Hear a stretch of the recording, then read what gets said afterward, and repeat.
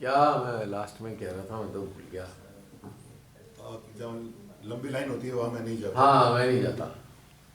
कोई वीआईपी कुछ नहीं, मेरे को कोई इंटरेस्ट नहीं है। मैं जिसे जाना जाओ, कहीं से भी चले जाओ, मेरे को बिल्कुल लाइन में लग के अंदर मंदिर में जाने की बिल्कुल इच्छा नहीं है। जब श्री माता की साक्षात पूजा भी होती थी, तो उसके बाद जो इतनी लंबी प्रसाद की लाइन होती थी, मैं तो उसमें भी नहीं लगा कभी। किसी ने ला के दे दिया तो ले लिया, वरना मैं तो लाइन में लग के नहीं लेता। या ऐसा लग रहा है 2-3 जने हैं, चलो भाई निकलते हुए चले जाओ, पता लगा अरे ऐसी खाने की लंबी लाइन, बहुत मजबूरी है कि बहुत जल्दी जाना है तो लाइन में लगना है, वरना लगना ही नहीं है। भैया खा पी लो सारे, बाद में खा लेंगे, कोई आफत नहीं है। और हैरानी तो मुझे तब होती है, मान लीजिए 3 बजे का टाइम है और 2:30 बजे इतनी लंबी लाइन लगी होती है, तो मुझे देख के बड़ा आश्चर्य होता है कि अभी तो खाना खा के गए हैं, फिर लाइन में खड़े हैं।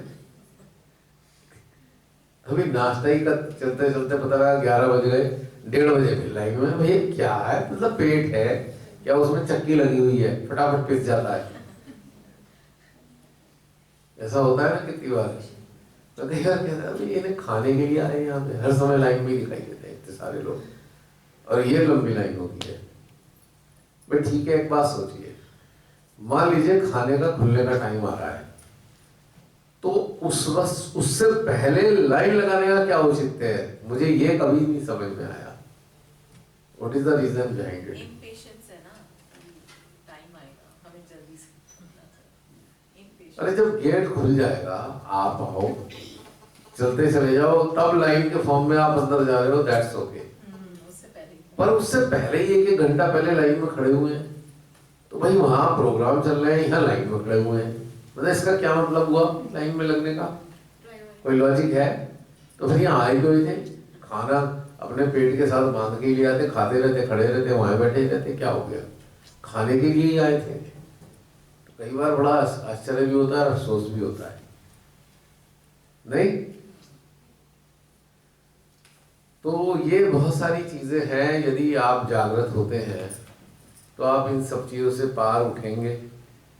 और ऐसे ही एक माध्यम बनकर जो भी आपके अन्य लोग संपर्क में हैं, उनको अपने अनुभव शेयर जरूर करना, ताकि धीरे धीरे करके ये फ्रेगरेंस ऑफ अवेयरनेस सारे में स्प्रेड होती रहे, लगातार चली जाए, ताकि जो मानव जाति है इतनी बुरी तरह गुलामी कर रही है पता नहीं कितनी चीज़ों की कंडीशनिंग की, उस गुलामी से बाहर आ जाए।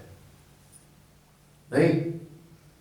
हाँ, तो ये था कि अब कोई शेयर वॉलंटरी करना चाहता है अपनी बातें, तो खुशी से करिए, वरना फिर मैं नाम ले लेके बुलाना पड़ेगा, बचोगे तो तब भी नहीं।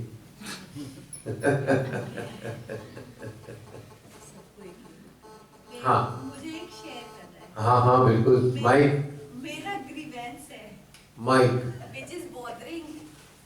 Sure sure please. Thank you, Priya. बहुत देर से I was trying to ignore but I can't. Sure. Prompting होती है कलेक्टिव में बहुत ज्यादा, सुनने ही रहे लोग, अच्छा नहीं लगता मुझे। क्या मतलब? आप यहाँ से कुछ कह रहे हो, बातें आपस में चलती जा रही है, इट्स वेरी डिस्टर्बिंग। यहाँ पे ही बात कर रही हूँ, देखो भाई, बहुत डिस्टर्ब हो रहा है। It is so annoying that they are not understanding the importance of collective. By God's grace we have got this opportunity, सुनने ही नहीं रहे, बातें करे जा रहे हैं। देखो भैया, होस्ट नाराज है, होस्ट नाराज नहीं है, जूम सेशन भी मुश्किल पड़ जाएंगे। डिसअपॉइंटेड हूँ मैं, डिसअपॉइंटेड हूँ। ये है बात रखने के लिए ही, तो ये बात सबको समझनी चाहिए। व्हाट शी इज सेइंग, मतलब बहुत आपकी आवाज आती है, फिर दूसरी प्रॉम्प्टिंग शुरू हो जाती है, और अच्छा नहीं लगता ना, हम किसी को पर्सनली बोले हमें अच्छा थोड़ी लग रहा है। नहीं, मुझे तो यहाँ तक नहीं ध्यान दे रहा मैं इस बात पे। पीछे मैं जगह बार बदल रही हूँ कि कहीं से मुझे आवाज आए। अच्छा, ऐसा देख लो भाई, सोच लो, अभी तो यही हो, अभी तो शुरुआत है। देखिए, हम लोग एक तो अपनी पर्सनल लाइफ में हम लोग स्ट्रगल करते हैं कि हम यहाँ आए, फिर हमारी स्पिरिचुअल लाइफ में भी हमें ये बहुत मुश्किल से मिला है कि हमें इसकी इम्पोर्टेंस पता है, कितने हमारा सौभाग्य है, हमें ये कलेक्टिव अटेंड करने मिल रही है। हम इसको इम्पोर्टेंस नहीं समझ रहे इस चीज़ की। मुझे उस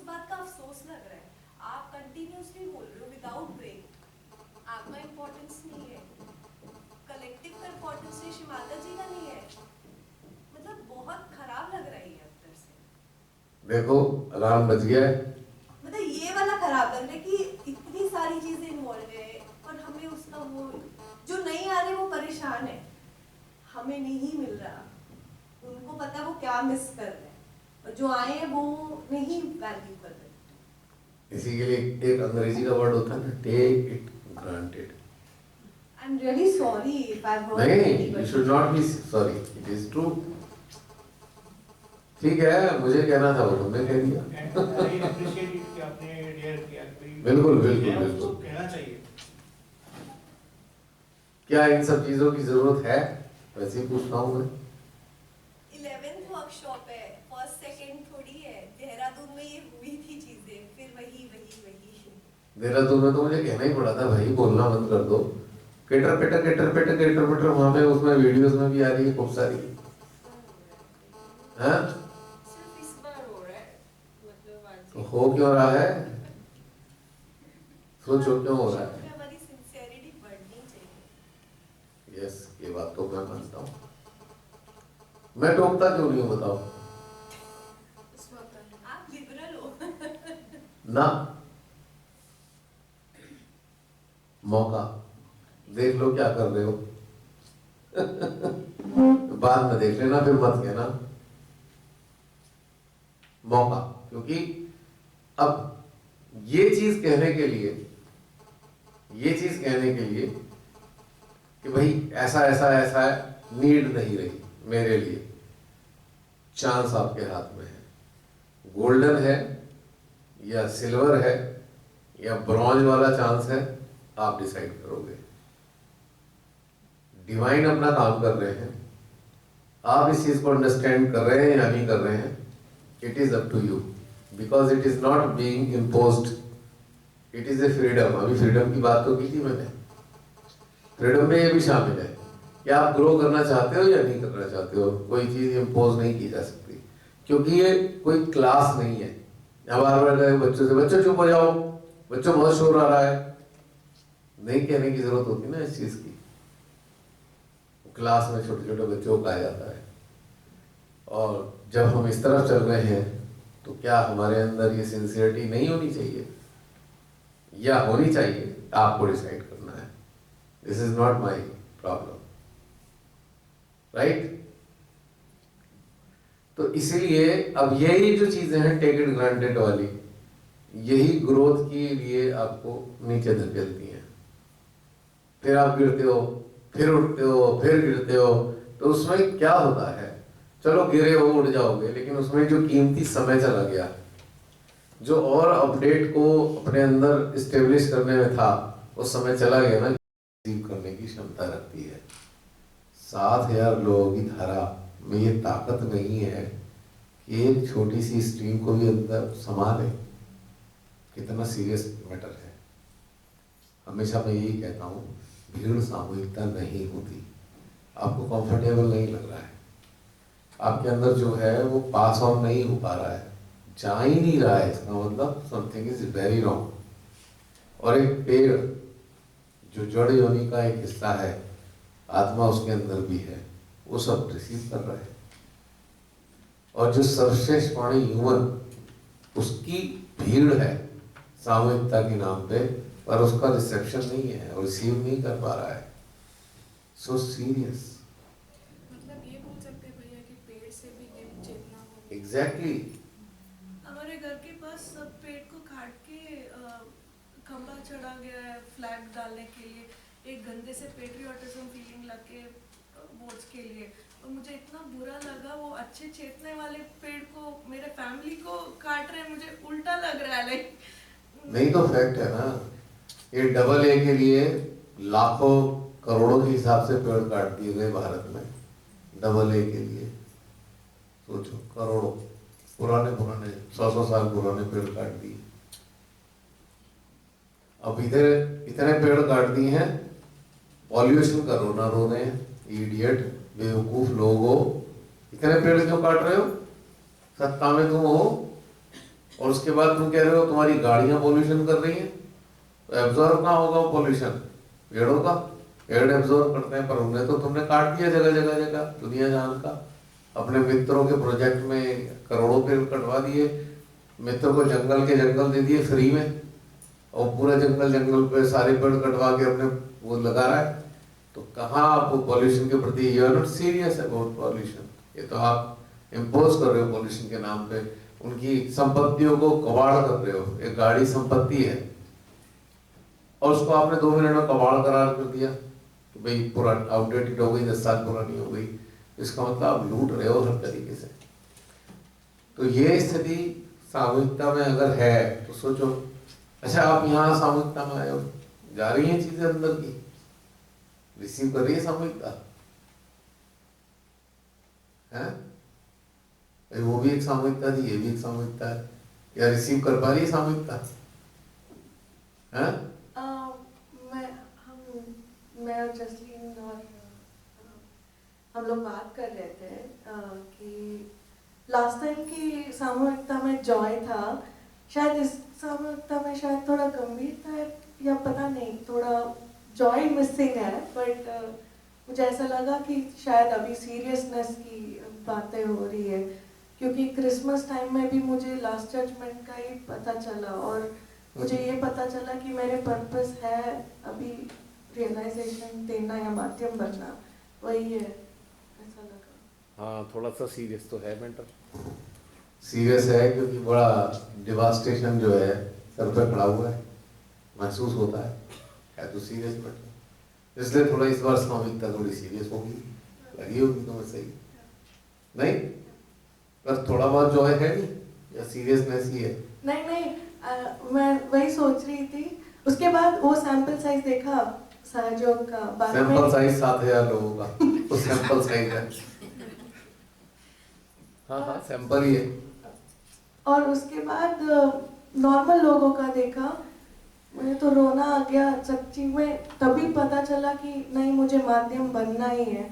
और नॉर्मल लोग हमारे एज के बहुत ऐसे, उनको इतना जॉय ही नहीं है कि वो जिंदगी बर्बाद कर रहे हैं ड्रग्स में, अल्कोहल में, कुछ ना कुछ चीज़ें में बर्बाद कर रहे हैं, इतना बर्बाद कर रहे हैं कि मुझे देख के रोना ही आ गया। मुझे ऐसा लगा कि अच्छा, जिनके पास कैपेसिटी हो या स्ट्रेंथ हो इसको फाइट करने के लिए, तो मैं उसके लिए मुझे माध्यम बनना है। मुझे ऐसा लगा कि दिल से मुझे लगा कि कुछ काम करना है, क्योंकि इतना सुंदर जो दुनिया माँ ने बनाया है उसके लिए तो मेरी ब्रदर्स और सिस्टर्स के लिए करना है, ऐसा लगा।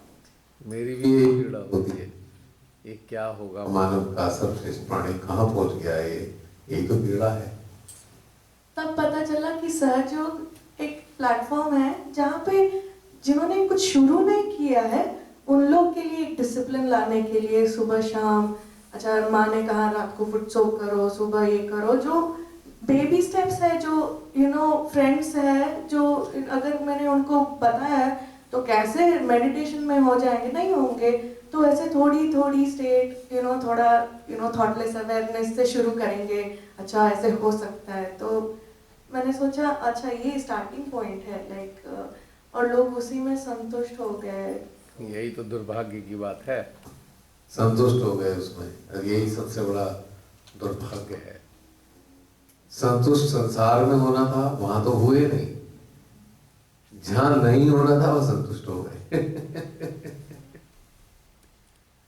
और संसार में हो नहीं पा रहे संतुष्ट, वहां हो जाना चाहिए था, अपोजिट हो गया। दोनों ह्यूमन अवेयरनेस जो है अपोजिट डायरेक्शन में चली गई, बड़ा मैटर गंभीर हो गया। तो इसलिए थोड़ा सा लगता भी है डिवास्टेशन होगा, डिस्ट्रक्शन होगा, क्या अच्छा लगेगा उस कंडीशन में। तो जितना जो है बच सके यही तो है, और प्रयास क्या है, नहीं? और भैया मैं जब यूएस में थी, मुझे होप था मुझे जैसे एआई हो या कुछ भी, मुझे ऐसा लगता है ठीक है कैसे भी वो पॉजिटिव हो जाएगा। मुझे ऐसा लग रहा था कि एआई आने से एटलीस्ट बच्चे लोग मेमोराइज नहीं करना पड़ेगा, उसका लाइक कुछ भी चीज़ें स्टोर करने की अभी ज़रूरत नहीं होगी, तो थोड़ा कंडीशनिंग्स कम ही हो जाएगा। और जो जैसे लोग सोचते हैं कि अच्छा ये रट्टा मार लेंगे और रट्टा मार लेंगे, सबका जो ऐसे वाले कंडीशनिंग है वो चला जाएगा। उससे प्राउड फील करते हैं मुझे इतना आता है उतना आता है, वो कुछ अभी ज़रूरत नहीं है। जो स्पिरिट के होंगे इधर उधर के लगा के, जैसे उन्होंने कहा रहते MBBS हो सकते हैं, ऐसे सब इंफॉर्मेशन रहेगा और उसको जस्ट क्लिक करके फिक्स करना है। तो I am sure like realise souls जब बॉर्न होंगे उनके लिए तो मज़ेदार चीज़ होगा AI, लाइक कितने अच्छे चीज़ होगी कि सब इंफॉर्मेशन मिलेगा। मुझे बहुत पॉजिटिव फीलिंग था। और जब रील्स देखती हूँ बच्चे लोग जहाँ वहाँ पे हैं, मुझे ऐसा लगता है कि वो उठ रहे हैं, एटलीस्ट कुछ नहीं है तो मिनिमम वो पता चलता है कि सिस्टम गुलामी तक लेके जा रहा है, लाइक वही है। और उनके बारे में गाने बना रहे हैं, लाइक वैसा लगता है कि वो थोड़ा अवेकनिंग हो रहा है वहाँ पे। तो मुझे पॉजिटिव फील था, जैसे नया दुनिया आने वाला है और चेंज होगा। बट पता नहीं इंडिया आने के बाद थोड़ा ये इस एक्सपीरियंस के बाद मुझे थोड़ा सैडनेस ही फील हो रहा है, लाइक। और जब 22 को देखा जो राइट्स मचा रहे थे लोग श्री राम के नाम पे, तो और भी बुरा लगा, लाइक गुस्सा आ रहा था। और मेरे घर में भी चला रहे, लाइक तो मैं क्या ही बोलूं, लाइक इसको मैं अभी बोलना ही बंद कर दिया। और लाइक मम्मी बोल रहे थे अरे तुम इतना बात ही नहीं करते, अरे बात करने के लिए कुछ है नहीं, लाइक अरे छोटे लोग तो ऐसे नहीं होना चाहिए, बहुत एनर्जी के साथ चर्पी और लाइक बबली होना चाहिए। अरे हालात तो देखो, इससे कैसे बबली आएगा, कुछ बबली तो ये एक्सपेक्टेशंस के लिए यार एक शॉर्ट टॉक्स भी नहीं आते अभी, लाइक जैसे खाना खाया वो भी नहीं आ रहे अभी, लाइक। तो मैं बस मम बैठी रहती हूँ।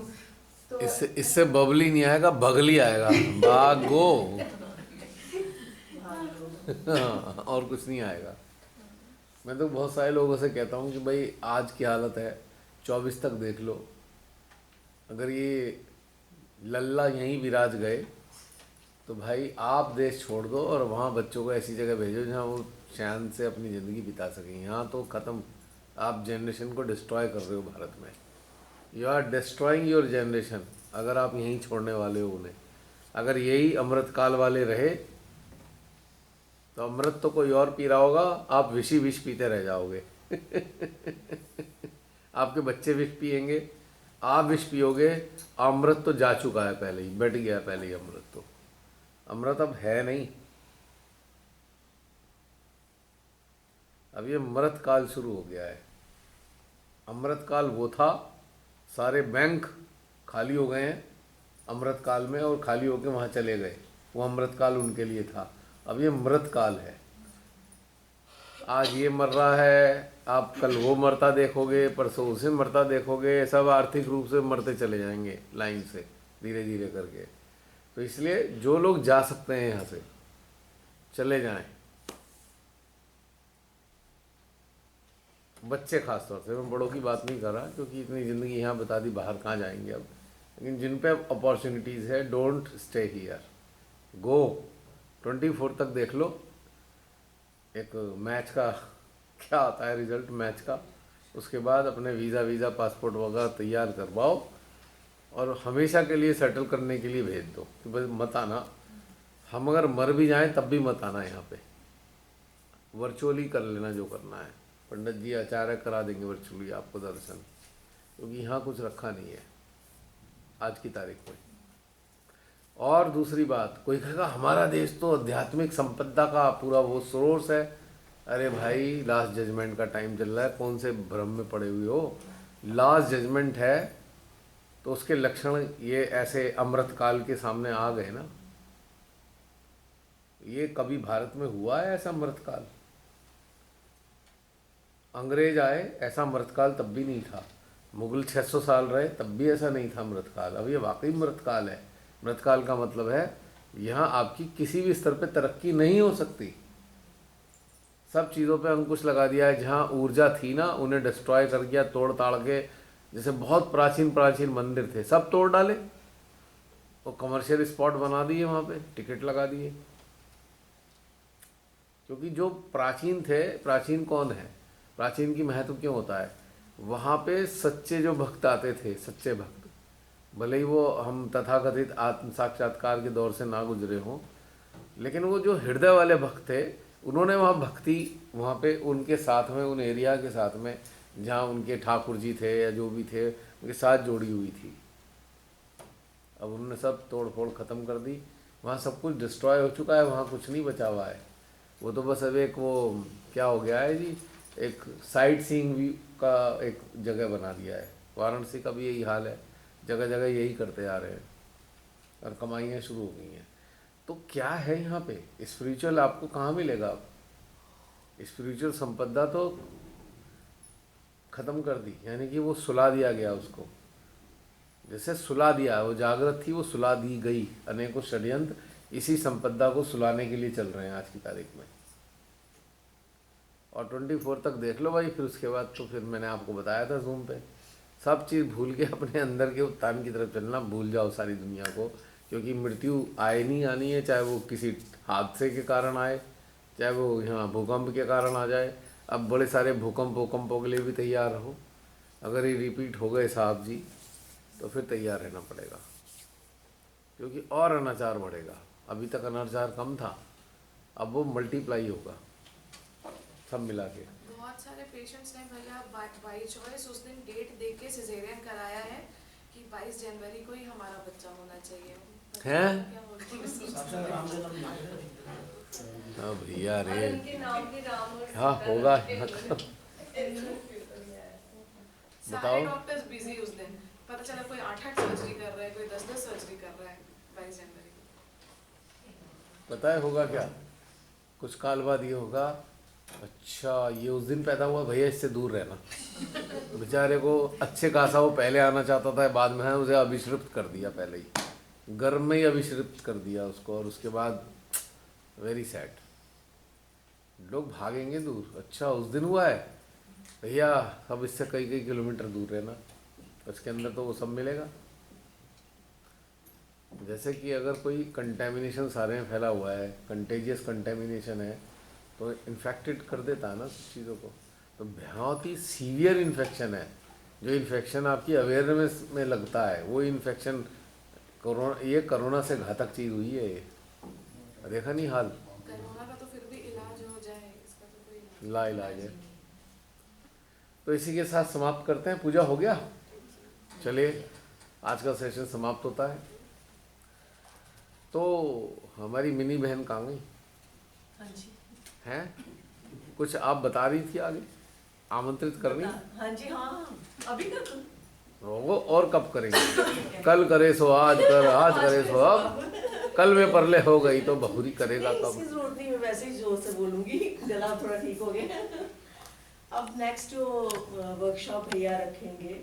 मैं नहीं रखूंगा भाई, नहीं, डेट तो आप लोग रख रहे, वो तो सबके कन्वीनियंस को देखना पड़ेगा। वो अब मैं कटरा जा रही हूँ तो कटरा में रखेंगे।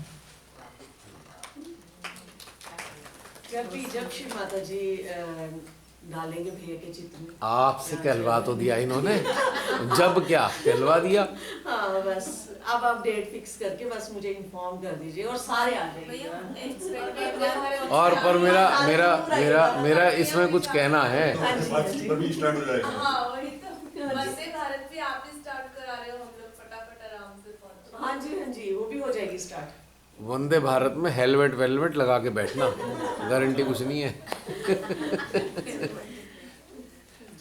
मैं ये कहना चाह रहा था कि आपने आमंत्रित तो कर दिया, तो आमंत्रण के साथ में मेरे को 2 शब्द ये कहने हैं। वो स्वयंभू स्थान पे जा रहे हैं आप, देवी स्थान है, 51 शक्तिपीठों में सबसे बड़ी मान्यता वाला शक्तिपीठ है वो, वैष्णो माँ का स्थान। तो धो पहुँच लेना थोड़ा और, तब तक के लिए 6 महीने है टाइम धुलने पुछने के लिए। जितने धुल पुछ के जाओगे, वहाँ जो ऊर्जा का भंडार है आप लेके आओगे वापस। भाई 6 महीने के बाद देखेंगे कौन सा मंथ, कैसा मंथ होगा, हिसाब देखेंगे, अभी तो पता नहीं। आमंत्रण आ चुका है, निमंत्रण पत्र आपको मिल गया है, अब डेट ही तो डिसाइड करनी है। जैसे कहते हैं ना भैया, लड़का लड़की ने देख लिया, अब बस रिश्ता तो तय हो गया है, डेट डिसाइड करके सूचना मिल जाएगी। तो आपकी सोल को आमंत्रित कर दिया है माँ ने अपने वैष्णव रूप में। तो आपको थोड़ा सा कोशिश करनी होगी कि भाई थोड़ी बहुत जो ये मैल मूल रह गई है इसको भी सभी साफ करके आ जाओ। और अपने हृदय में ये रखना है कि हमने जाना है सब। हाँ, ठीक है, ये चीज सारे आएंगे। तो चलो एक निमंत्रण पत्र आपको मिल गया, 12th वर्कशॉप ऑन अटेंशन। नहीं और बार भैया, ये भी बोलना था, उतने लोग देखने के बाद मुझे ऐसे लगा this is nothing short of a miracle. जैसे हमारे चेतना है और वो सब साथ में आए, व्हाट अ ब्यूटीफुल कोइंसिडेंस ना। लाइक सबको कैसे मिले, वो सब किसी को ज़्यादा एक दूसरे से परिचय भी नहीं है, राइट? लाइक फिर भी लाइक माइंडेड सोल्स में लगभग सब थोड़ी थोड़ी अलग अलग जगह से ही तो हैं। हाँ, तो मुझे तो मिरेकल ही लगा। और बस यही होप बची है दुनिया में, बाकी कोई होप ही नहीं है। सच्ची अब वो- में मिरेकल लगा जैसे। अब वो गणपति पुले आता है कौन से पुराने वाले ट्रस्ट के अंडर में, लाइफ इटर्नल ट्रस्ट में। और जो रामलल्ला की वो उन्होंने झांकियाँ पाकियाँ जो कर डाली, वो आता है नेशनल ट्रस्ट में। तो ट्रस्ट पे ट्रस्ट खत्म हो गया। सही बात है। ट्रस्ट पे ट्रस्ट खत्म हो गया कि ये ट्रस्ट किसी सहजी का उद्धार करेगा। मुझे उनकी हरकतों ने साबित कर दिया ये। नहीं, अपने आप पे ट्रस्ट करो, माँ पे ट्रस्ट करो, अपनी मेहनत पे, अपने प्रयास पे ट्रस्ट करो और आनंद के साथ जीवन जियो। ये समय आपका है और आप जैसे चाहेंगे इस समय को सुंदर बना सकते हैं, और आप चाहेंगे तो इस समय को बेकार कर सकते हैं। It is up to you, whether you utilise it, whether you waste it, it is up to you. नहीं, और सजगता अगर बढ़ जाएगी तो बहुत सारी चीज़ें ठीक हो जाएंगी, और कंडीशनिंग भी ख़त्म हो जाएगी सारी। पहले से मुकाबले में बहुत कंडीशनिंग ख़त्म हुई है और धीरे धीरे हो जाएगी। पता नहीं ये वर्कशॉप कब होए कब ना होए मालूम नहीं आगे तक, लेकिन फ़िलहाल तो निमंत्रण है, जीवित रहे तो मिलेंगे वहाँ तक, वरना फिर बिना शरीर के मिलेंगे। आप लोग तो पहुँच ही जाना, ठीक है? सभी पहुंचेंगे। नहीं, मैं तो बता रहा हूँ, मैं तो अपनी कह सकता हूँ, आप लोगों के लिए थोड़ी कहूँगा स्वर्ग किधर जाओ। अपनी कह सकता हूँ, हो सकता है ऐसा, भाई ट्रुथ की बात है, कभी भी कोई स्वर्ग सिधार सकता है, ये तो सत्य है ना बात। लेकिन अगर आपने अपने अंदर ऐसा वातावरण तैयार कर लिया है कि स्थूल अस्तित्व और निराकार अस्तित्व दोनों एक ही मान हो गए हैं, तो आपको कोई डिफरेंस नहीं नज़र आएगा। कि किसी की स्थूलता नहीं भी रही तो सूक्ष्मता में तो वो उपलब्ध है ही, तो कोई अंतर नजर नहीं आएगा। नहीं, 1 मिनट को एक काम करें, अभी अभी हॉटलाइन से आया है, चलो नई चीज़ याद करोगे आप लोग और दुनिया भी याद करेगी। थोड़ी देर के लिए शांत हो जाओ, आप अपने अंदर झांक के देखो, खाली रिक्त, बिल्कुल कंडीशनिंग फ्री होकर, ठीक है? थोड़ी देर के लिए हो गया, हाँ, थोड़ी देर के लिए ये हेलो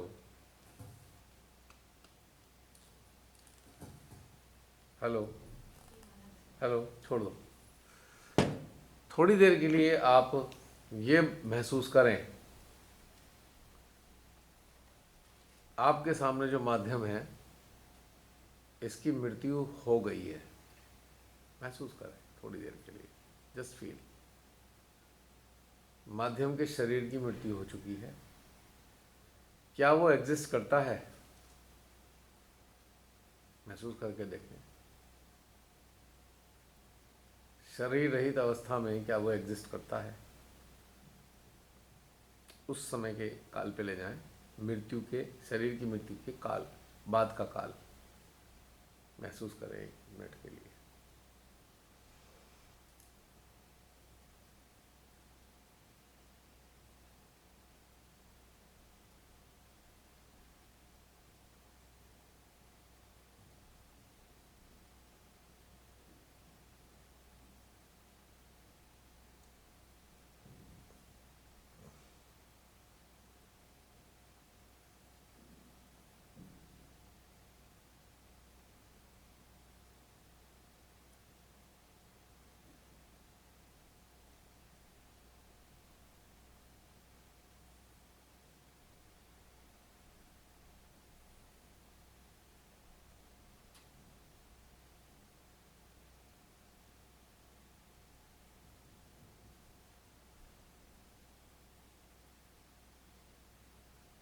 क्या महसूस हो रहा है? Peace, light and coolness. बहुत कूल पीस और Peace और नॉट लाइट एंड कूलनेस। कोई मिसिंग फैक्टर नहीं है ना? जब ऐसा वास्तव में घटित होगा तब भी नहीं होगा, डोंट वरी। तो ये चलाते रहना ये वर्कशॉप्स, क्योंकि अगर ऐसा हुआ तो चलाते रहिए, क्योंकि मिसिंग फैक्टर नहीं मिलेगा आपको। और हृदय में ठंडक है बहुत हाँ ज्यादा, भैया बहुत। बहुत पंपिंग क्योंकि मिसिंग फैक्टर की बात हो रही थी ना कि क्या स्थिति आएगी, क्या मिसिंग फैक्टर रहेगा? नहीं है ना मिसिंग फैक्टर। जो सटल एग्जिस्टेंस के रूप में एग्जिस्ट करेगा ना, उसका अस्तित्व, तो ये इसीलिए कराया था। भैया ये लग रहा है जैसे हम अवेयरनेस की सीढ़ियाँ चढ़ रहे हैं और आप ऊपर से खींच रहे हैं। कह सकते हो। एक जिसको काम दिया जाता है वो फिर उसी तरीके का काम होता है। वो जो चीज़ें हैं वो जो सारी इसके साथ जुड़ी हुई हैं, ये दुनिया, ये संसार, ये शरीर, इसके साथ जुड़ी हुई सारी दुनिया भर का कचरा चिपका हुआ है। थोड़ा सा ऊपर उठ के देखो तो ये कचरे का असर आपको यहाँ नज़र नहीं आएगा। यहीं तक है खाली कचरा, इधर स्थूलता तक सीमित है। हम स्थूल में अटेंशन रहता है तो स्थूल का कचरा आ सकता है, और सूक्ष्मता में अटेंशन रहेगा तो उसका तो कचरा होएगा ही नहीं, आपको कहीं है ही नहीं उसके अंदर। तो इसी के साथ समाप्त करते हैं और कल टाइम देखते हैं पहले, फिर उसके बाद देखेंगे कितने बजे हाजिर होना है। 1 बजे 1 बजा है तो थोड़ा लेट कर लें, 7 की जगह। नहीं, पहले नहीं, ब्रेकफास्ट पहले नहीं करेंगे, जाते हुए करेंगे। 7 बजे 7 तो जल्दी हो जाएगा, क्योंकि 1 बज रहा है, अभी आधा घंटा आप सो नहीं पाएंगे, बहुत ज़्यादा थकान चढ़ी हुई होगी, नींद भी पूरी नहीं होती। 8 कर दें। 8, और फिर उसके बाद ब्रेकफास्ट का टाइम 10 बजे। ठीक है। ठीक है? क्यों, क्या कहते हैं? जिन्होंने जाना है सुबह से वो तो फिर ब्रेकफास्ट करके जाएंगे सुबह वेट दे देते हैं, सुबह 7 सुबह बजे शुरू हो जाता है ब्रेकफास्ट। 7 बजे शुरू हो जाता है। 7 तो से 10 वो का टाइम है। ब्रेकफास्ट कर लेंगे। 7 से 10 का टाइम है। अच्छा, 7 से 10 है? अरे ये तो बहुत बड़ा टाइम है। हाँ, तो हम लोगों का एक छोटा सेशन हो जाएगा 8 बजे के करीब। ठीक है। 8 बजे 8 o'clock रख लें। 8 से 9:30 थोड़ा सा कंफर्टेबली उठ जाइए, जिससे कि आप 2-1 दिन का रेस्टलेसनेस, वापसी जाते हुए आप थोड़ा फ्रेश रहें। नहीं, और रात की नींद में ही फ्रेश हो सकते हैं, और कोई दिन में तो कोई तरीका ही नहीं है फ्रेश रहने का। ठीक है? ओके, जय श्री माता जी। मैं तो यही आप लोगों के लिए कामना करूंगा, श्री माता जी आप सबके सपने में आए आज, और आपको कोई अच्छे अच्छे संदेश दें और आपको गाइडलाइन दें, ताकि और अच्छा लगे। जी सरनजीत जी, प्लीज़। अच्छा, मैं एक वो दूसरी साइड का बता रहा था, लेकिन पुराना है। 8-10 साल पहले एक वो पब्लिक प्रोग्राम होना था, तो उसमें जो है वो ट्रेजरर मैं ही था। तो मैंने कहा चलो भाई, जो पैसा लास्ट में जितना शॉर्ट पड़ जाएगा वो मैं दे दूंगा। अब हो क्या रहा था कि जैसे ही वहाँ वो कह रहा है कि वो जो ये उसका आएगा, प्रिंटर वाला बंदा आएगा, उसके 7,000 रुपये देने हैं। मैंने कहा चलो 7,000 है, मैं दे दूंगा। वो सामने पोल है, तो पोल तक पहुंचने तक मैं पहुंचा ही, एक और बंदा आके वो ये दिल्ली कलेक्टिविटी की तरफ से है। तो ऐसे होता जा रहा था कि पैसा शॉर्ट पड़ ही नहीं रहा था। तो मैंने अपना नाम लिखा सरनजीत, और अपना जो है 2-4 हज़ार जो दे रहे थे मैंने लिखे, और वो क्लोज कर दिया। तो बट ये भी बड़ी एक डिवाइन वर्किंग होती है। ये मैंने उस दिन महसूस किया कि आप पैसा दे भी नहीं सकते, अगर माता जी नहीं चाहेंगी ना तो आपका पैसा वहां पे जाएगा भी नहीं। एग्जैक्टली। ये भी पॉइंट है। लेकिन बात यह है कि अगर कोई सहजी जागरूक नहीं है तो एक ऐसी खराब प्रथा पैदा हो जाती है जो उसका फिर मिसयूज शुरू हो जाता है। मैं ये नहीं कह रहा संस्थाओं में लोग बेईमान होते हैं, I am not saying like this. मैं कह रहा हूँ कि ईमानदार हैं तो अकाउंट, ऑडिटेड अकाउंट पब्लिश होते रहने चाहिए, और वो केवल ट्रस्ट के आधार पे नहीं होने चाहिए। ट्रस्ट के तो होने ही चाहिए, वो तो होते भी होंगे, मुझे नहीं पता, लेकिन मैं कह रहा हूँ कि छोटे छोटे सेंटर के आधार पे खर्चे का हिसाब रेगुलर देना चाहिए।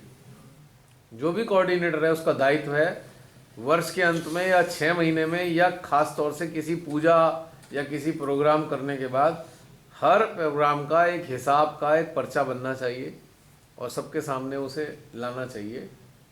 आप डिस्प्ले करो, आप पढ़ के बोल दो, ये खर्चा इसमें, ये रेगुलर होना चाहिए।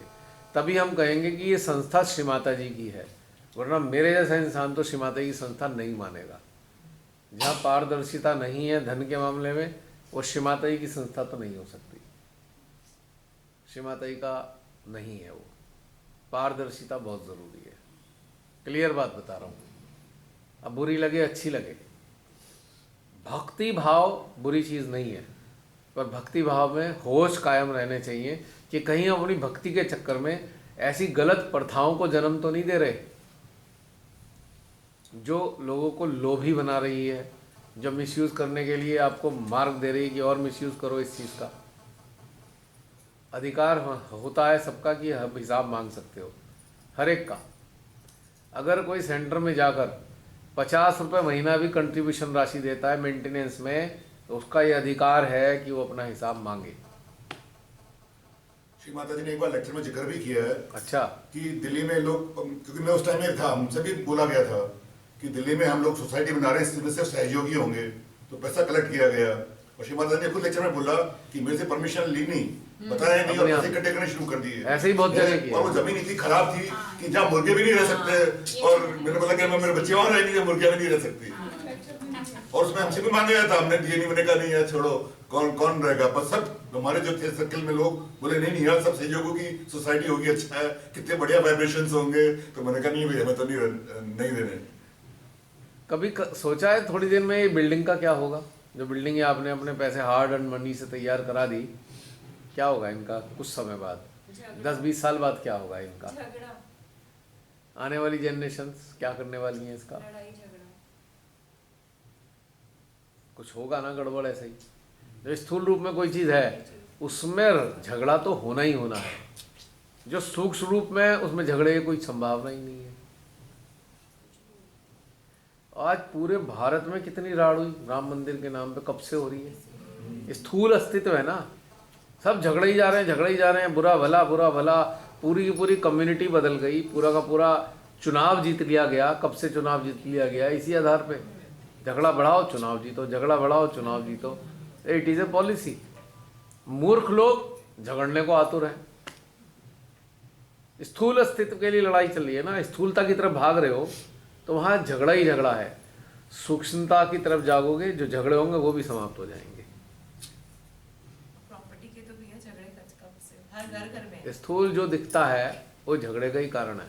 माया या प्रॉपर्टी का मतलब झगड़ा, स्थूल या माया, जो आंखों से, हाँ माया, जो आंखों से दिख रहा है वो झगड़े का कारण है, उसकी तरफ मत जाओ। जो महसूस हो रहा है उसकी तरफ जाओ, हर झगड़े का सॉल्यूशन उसके पास है। है नहीं बात सही? अगर ये समझ गया कोई भी सहजी, तो इनकी दुकानदारी अपने आप बंद हो जाएगी। यही कारण है, मेरे को बहुत कुछ कहते रहते हैं सब लोग मिलके, दुकानदारी का धंधा हो गया है अभी कई जगह। बहुत से अच्छे सहजी हैं, बहुत से अच्छे कोऑर्डिनेटर हैं जो 10 पैसे भी अपनी जेब में नहीं रख सकते, ना उसे अब चाय भी नहीं पी सकते उस 10 पैसे की। ऐसे सिद्धांतवादी लोगों को भी मैं जानता हूँ। लेकिन बहुतायत में क्या है, अरे हम तो काम कर रहे हैं, फिर तुम्हें चाय हजम कैसे हो जाती है फ्री की? मुझे ये समझ में नहीं आता। हमें तो होती ही नहीं, यहाँ अटक जाती है। अगर कोई गलती से पिला भी दे और मालूम नहीं है फ्री वाली है ये, संस्था के कंट्रीब्यूशन से, तो मेरे तो यहीं अटक जाती है, वो जाती ही नहीं अंदर। भैया पैसे ले लो हाथ जोड़ के, सब चाय पिलाना। क्योंकि सहजी का मतलब होता है स्वाभिमानी, जो फ्री का नहीं खा सकता।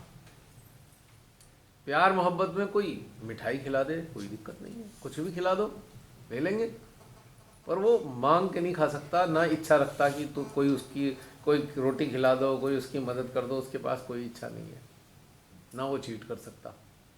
और जो चीट कर रहा है वो सहजी नहीं है। जो सहजी नहीं है तो फिर संस्था में कर क्या रहा है? और संस्था में यदि वो है चीटर, तो फिर दोषी वो लोग हैं जो संस्था के अंदर रेगुलर आते जाते हैं, पर उसने उस गंदगी को बाहर फेंका नहीं अभी तक, वो दोषी है। क्लियर कट बात है। खैर, ये तो एक बाहरी स्वरूप के ऊपर आई। इसलिए हम हमेशा इस तरफ चाहते हैं कि लोग अंदर से निराकार अस्तित्व की तरफ बढ़ते जाएं। उसमें बड़ा सुख, चैन और शांति है। कोई झगड़ा नहीं है किसी किस्म का, कहीं से कहीं तक भी झगड़ा नहीं है। शांत होकर आनंद के साथ जियो। इसीलिए भैया बाहर वाले सहयोगी बोलने लग गए हैं, तुमने तो सहयोग छोड़ दिया है। नहीं तो सहयोग बचेगा ही नहीं ऐसे। तो कहाँ बचा हुआ है? नहीं तो जो बाहर खत्म, मतलब थोड़े टाइम बाद तो और भी बुरा हाल हो जाएगा। आपको लगता है जो श्री राम के प्रतिष्ठा दिवस पे जो नेशनल ट्रस्ट करा रहा है, क्या ये वो सहज का कार्य था? नहीं, नेशनल ट्रस्ट का वो सहज का कार्य था क्या? प्राण प्रतिष्ठा समारोह को जो अपने सेंटर्स में चलाया है, क्या ये सहज का कार्य था? तो अगर वो सहज का कार्य वहाँ हो नहीं रहा तो सहजी वहाँ कर क्या रहे हैं? अगर वो कुछ लोग वहाँ कर रहे हैं तो कौन है? वो सहजी है ही नहीं, वो तो जा ही नहीं सकते, इम्पॉसिबल। ये सब नौटंकियों में कोई सहजी पढ़ ही नहीं सकता। जो पढ़ते हैं वो सहजी होते नहीं है, या कहें कि अभी बनने की प्रक्रिया चल रही है। पर हार्ट कैसे अप्रूव कर रहा है ऐसी मूर्खतापूर्ण बातों को?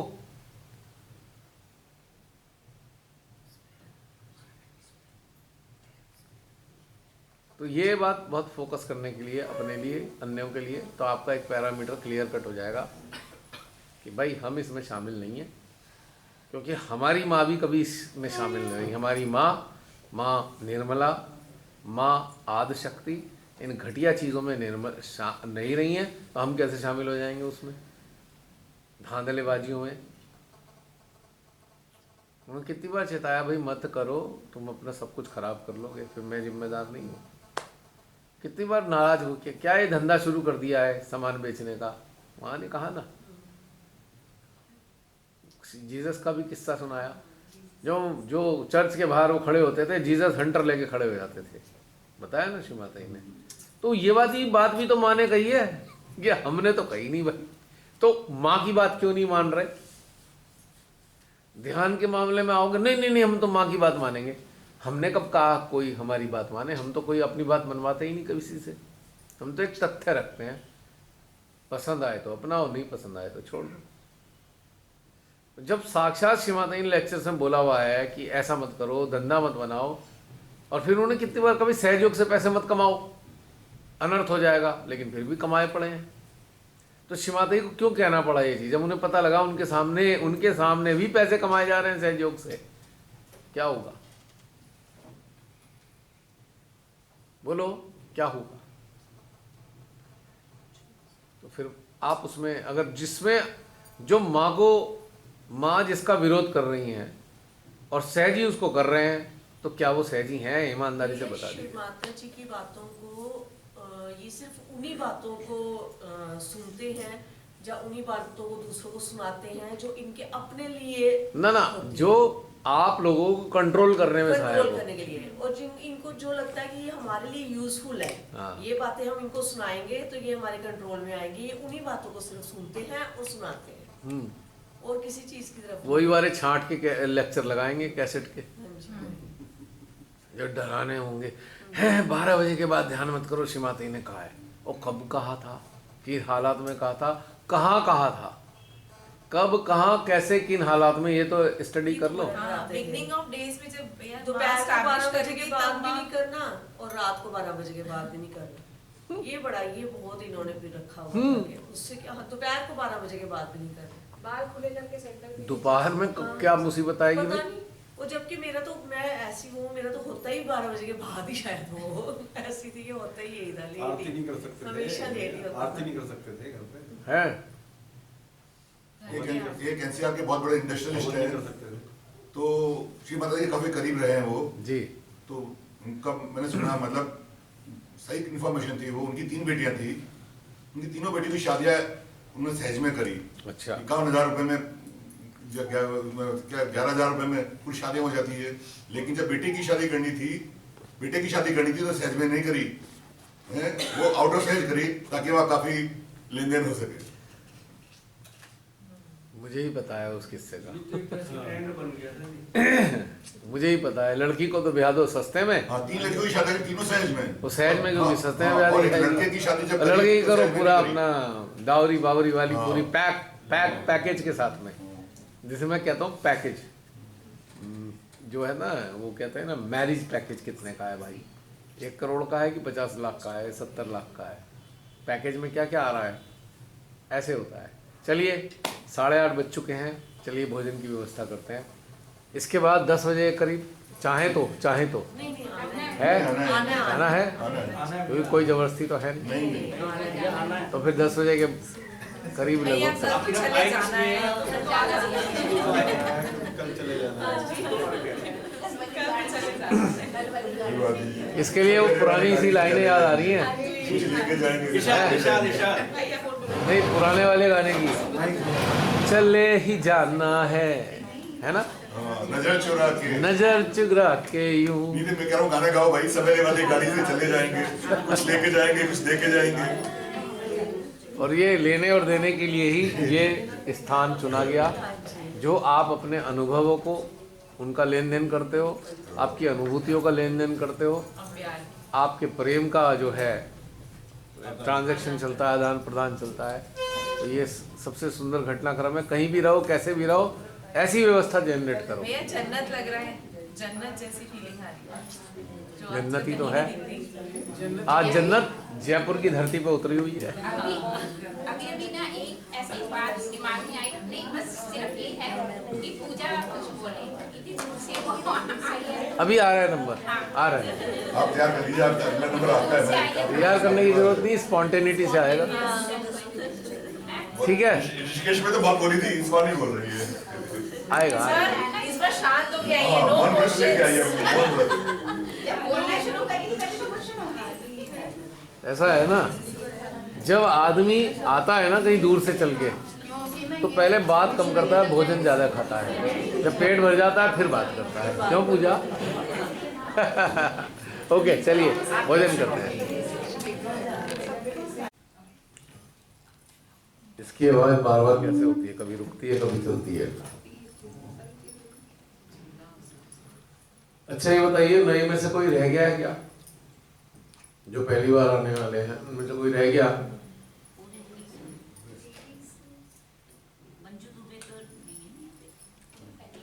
नहीं,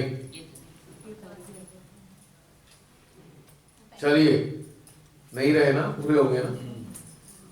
अब मेरी एक भाव है कि जो स्वैच्छिक रूप से कुछ बताना चाहे बता सकते हैं, लेकिन उससे पहले एक बात अभी अभी मेरे कानों में पड़ी। अजय भाई कह रहे थे हमारे योग भ्रष्ट स्थिति, जरा उस पर प्रकाश डालेंगे, बड़ा अच्छा लगेगा। इस पे माइक दे देना। आप किस मतलब नजरिए से किसी को योग भ्रष्ट स्थिति में मानते हैं? अच्छा, एक बड़ा अच्छा एक ये बातचीत के लिए टॉपिक है, सब लोग शेयर करना। हमें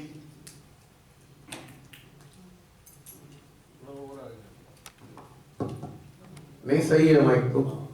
हम लोग अभी यही शेयर कर रहे थे कि सहज में तो हमने कई लोगों को देखा है कि जो बहुत ऊंचाइयों पे पहुंचे और अल्टीमेटली सहज से निकाल दिए गए। उसका एक मेन रीजन था कि वो एक पर्टिकुलर लीडरशिप की स्थिति पे पहुंच गए और अब उनमें अहंकार आ गया कि हम उस स्थिति पे पहुंच सकते हैं जहां और कोई फर्दर मतलब जा नहीं सकता। तो बिल्कुल श्री माता जी के लेवल पे आ चुके हैं या उनके साथ रहते हैं, तो वो श्री माता जी ने उनको गिरा दिया क्योंकि वो बेसिकली सहज से नहीं जुड़े हुए थे, अपने अहंकार से जुड़े हुए थे, या ये कह सकते हैं कि उनका स्वार्थिक कोई स्वार्थ का उद्देश्य, मतलब कि सांसारिक उद्देश्य के लिए आए थे, सांसारिक प्राप्तियों के लिए आए थे, या पहचान बनाने के लिए आए थे, या पद प्रतिष्ठा के लिए आए थे। तो वो जब उनको लगा कि अब तो हम हाइट में पहुंचे, इसके ऊपर कोई हाइट है ही नहीं, तो वो योग भ्रष्ट स्थिति में आ गए। पर हम ये बात कर रहे थे कि हम लोगों को कौन सी ऐसी प्रिकॉशंस लेनी चाहिए इन लोगों को देखते हुए कि हम कौन सी ऐसी गलतियां ना करें कि हमारा डाउनफॉल ना हो। एटलीस्ट हम राइज ही करते रहें, कभी हमारा डाउनफॉल नहीं रहे। एक चीज तो उसमें क्लियर है कि हम अगर सहस्त्रार और मदरसे से जुड़े रहते हैं तो चांसेस बहुत कम हैं, पर फिर भी कोई सांसारिक रीजन या कोई दूसरे रीजंस भी हो सकते हैं क्या, नेचुरल रीजंस या कुछ और रीजन जिसकी वजह से योग भ्रष्ट स्थिति में कोई आदमी इतनी ऊंचाइयां देखने के बाद भी गिर सकता है क्या, स्पेशली जब कि वो मध्य हृदय और सहस्त्रार से पे पहुंच चुका है या अनुभव कर चुका है, अपनी हाइट्स को देख चुका है। इसमें मेरा प्रश्न है, ऊंचाई किसे मानते हो? ऊंचाई तो लिमिटलेस है, उसकी कोई मतलब कोई बाउंड्री है ही नहीं। तो फिर वही मैं जानना चाह रहा हूँ ना। नहीं, पर आदमी को लगता है कि मैं ऊंचाई पे पहुंचूंगा, आदमी को स्वयं को अनुभूति होती है उसको। नहीं, हम किसी का आंदोलन करें, आपने बोला कि वो बहुत ऊंचाई पे पहुंचे फिर उनका फाल हो गया, मतलब कौन सी चीज थी वो ऊंचाई, मतलब कौन सा स्टेटस कोई था? पद हो सकता है या कोई उनका वैसा पद तो ऊंचाई की श्रेणी में नहीं आता। उनको लगता था कि ये हम हाइट पे पहुंच चुके हैं, हमारी नजरों में नहीं, उनको लगता था कि उनकी नजरों में वो हाइट पे पहुंच चुके हैं। एक्चुअली इसमें क्या प्रॉब्लम होती है कि अगर आप गौर करें, योग भ्रष्ट स्थिति बहुत सीरियस मैटर है, बहुत सीरियस मैटर। बहुत सीरियस मैटर इसलिए कह रहा हूं कि जहां पर जिस स्टेटस में आने के बाद आपको डिवाइन एनर्जी का मिलना बंद हो जाए, डिवाइन सानिध्य का मिलना बंद हो जाए, आपका सिस्टम डंप हो जाए, उसके सिस्टम में कोई कनेक्टिव एहसास ना हो कि कोई कनेक्टिविटी है, तो वो योग भ्रष्ट स्थिति है। घुड़सवारी करते करते गिर गए, वो गिरना नहीं है, फिर उठ जाएंगे। वो तो ऐसा है ना कि रॉन्ग परसेप्शन के साथ अगर आप चल रहे हो और वो आपका अगर टूटता है तो उसे दूसरों की नजरों में तो गिरना हो सकता है, पर स्पिरिचुअल दृष्टि से वो गिरना नहीं है, उसमें दोबारा उठने की संभावनाएं पूरी बनी हुई है।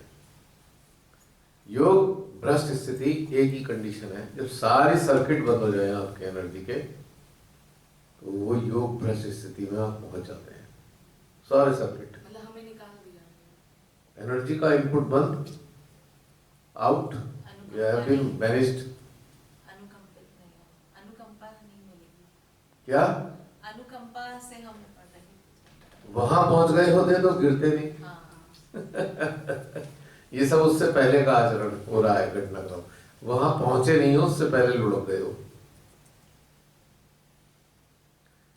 और एक सबसे बढ़िया पैरामीटर समझ सके अगर आप योग भ्रष्ट स्थिति का, आप बहुत से लोग सारे में ऐसे कहते हैं योग भ्रष्ट स्थिति हो गई, ये हो गई, वो हो गई, किस आधार पे?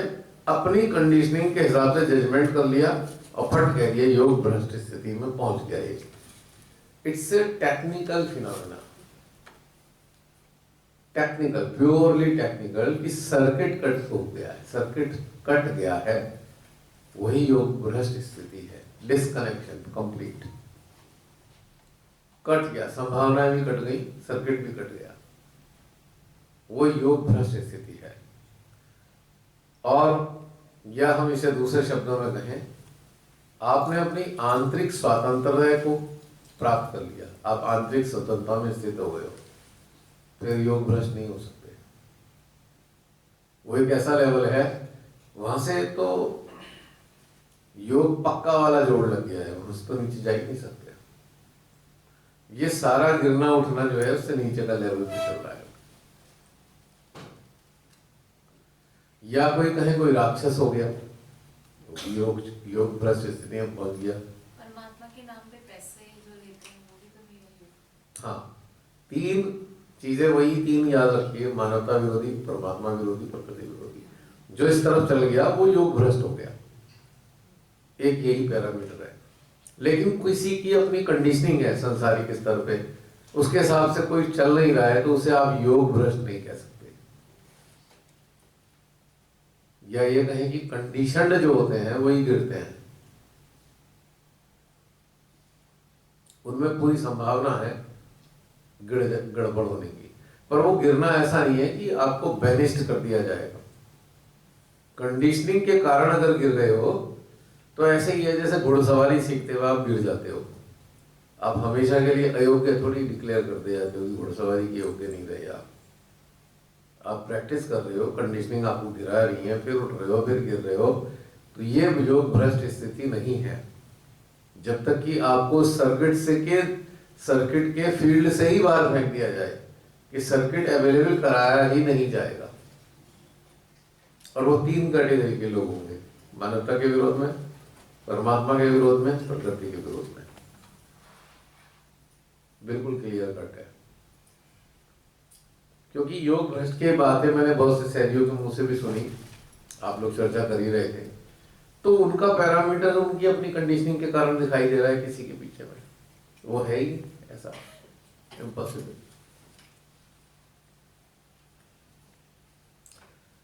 कोई सहयोग से धन कमाने लग रहा है, अज्ञानता में धन कमा लिया, समझ आया, छोड़ दिया, क्षमा मांग ली, तब भी योग भ्रष्ट नहीं है, संभावना पूरी बनी हुई है। लेकिन कोई जड़ हो गया कि भैया उसकी तो तरीका यही है, उसने तो जुगाड़ बिठा लिया कि भाई इसी तरीके से कमाई करनी है उसने, तो योग भ्रष्ट हो चुका वो। अब जैसे कई लोग होते हैं, कोई उनके अंदर गुण पैदा हो गया, उन्होंने उसको कमर्शियल कर दिया गुण को,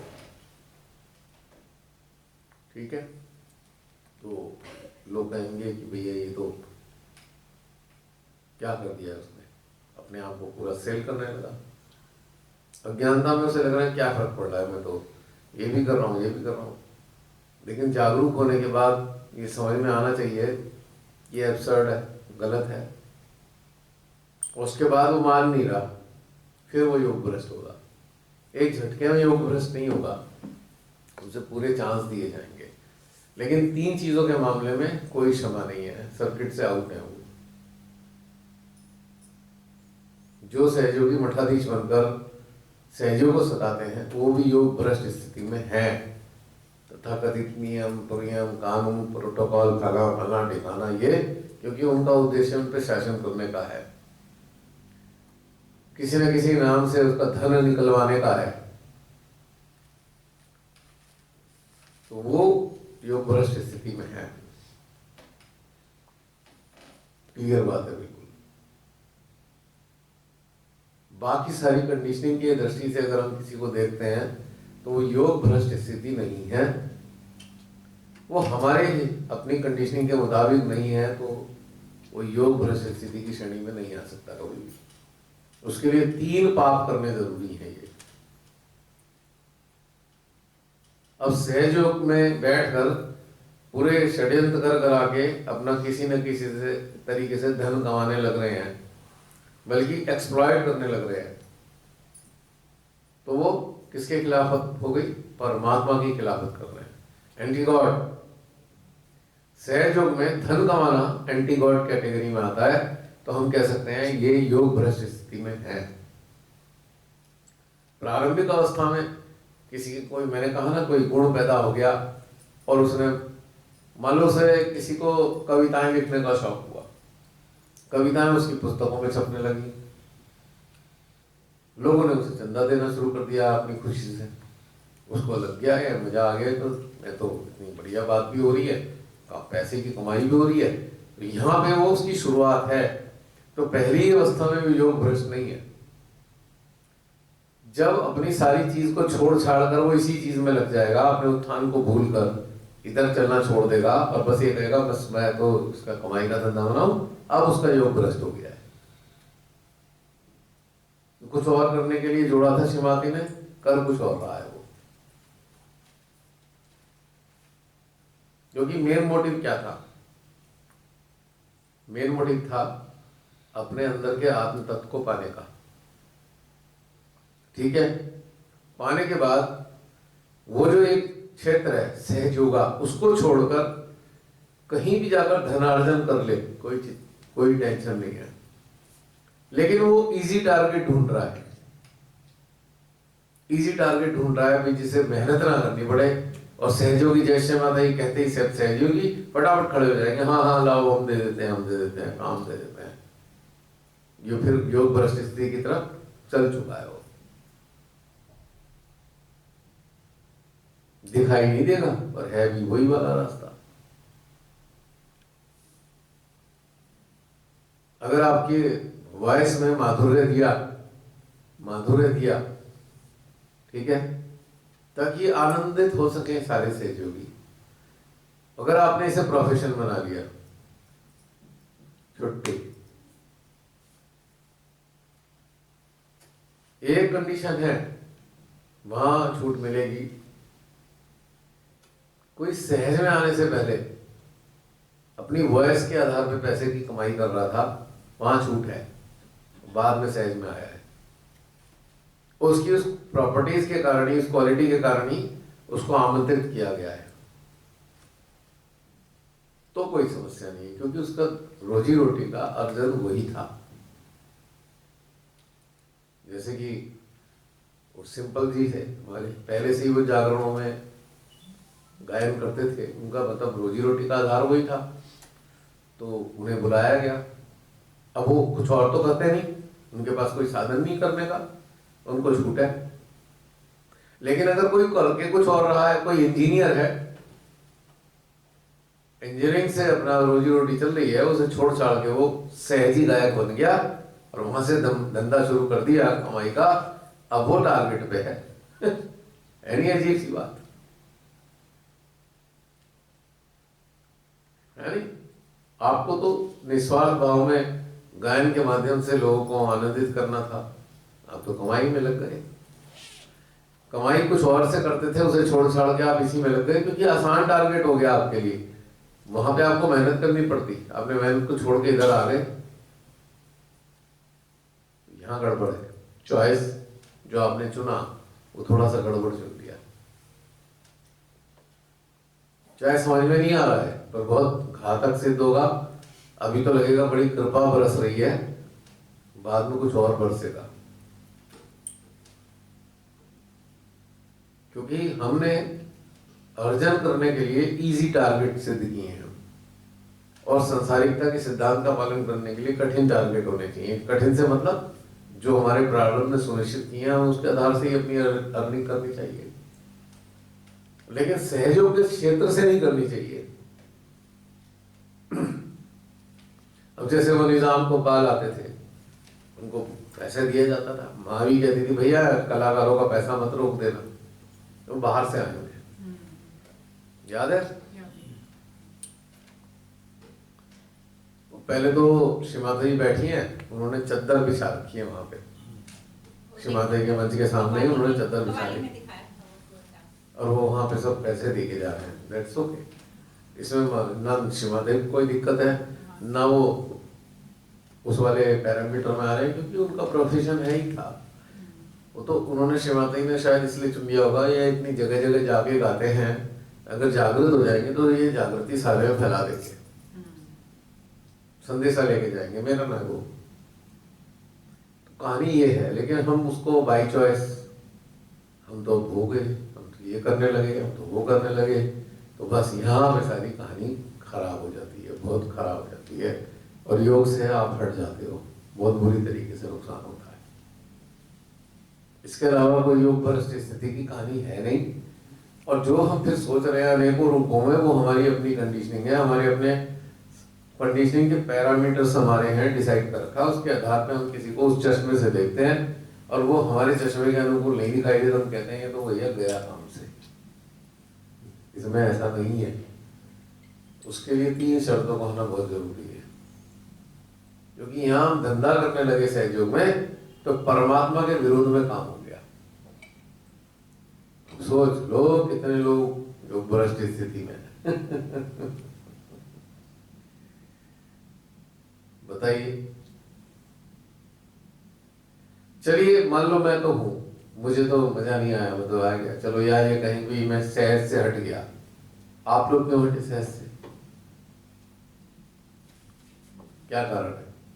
वो जो तथाकथित सहज है संस्था वाला, उससे क्यों हटे आप?